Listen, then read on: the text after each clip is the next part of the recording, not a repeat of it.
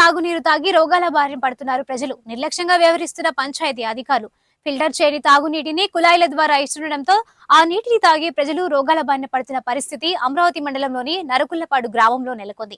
గ్రామ పంచాయతీ ద్వారా స్వచ్ఛమైన తాగునీటి అందించాల్సిన పంచాయతీ సిబ్బంది వాటర్ ట్యాంకులలో ఎక్కించిన నీటిని ఫిల్టర్ చేసి కుళాయిల ద్వారా ప్రజలకు అందించాల్సి ఉంటుంది. కానీ అందుకు భిన్నంగా ఫిల్టర్ చేయకుండానే ఆ నీటిని డైరెక్ట్ గా వదలడంతో ఆ నీటిని తాగిన ప్రజలు పలు రోగాల బారిన పడుతుండటంతో గ్రామస్తులు ఆందోళన చెందుతున్నారు.